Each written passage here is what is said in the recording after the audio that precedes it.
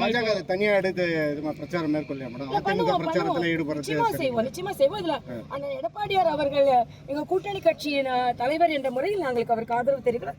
தனியாக பாரதிய ஜனதா கட்சி தனது விளம்பரத்தையும் நமது பிரச்சாரத்தையும் முன்னெடுக்கும். 2026 வெற்றி பெறணும்னு சொல்லிட்டு பாஜக கூட்டணி வெற்றி பெறணும்னு சொல்லிட்டு வந்திருக்கீங்க மேடம் கோவிலுக்கு. ஆமா நிச்சயமா நான் எங்க போனாலும் பிரதமர் மோடி நல்லா இருக்கணும். ஏன்னா அவரால் தான் நம்ம நாடு நல்லா இருக்குது.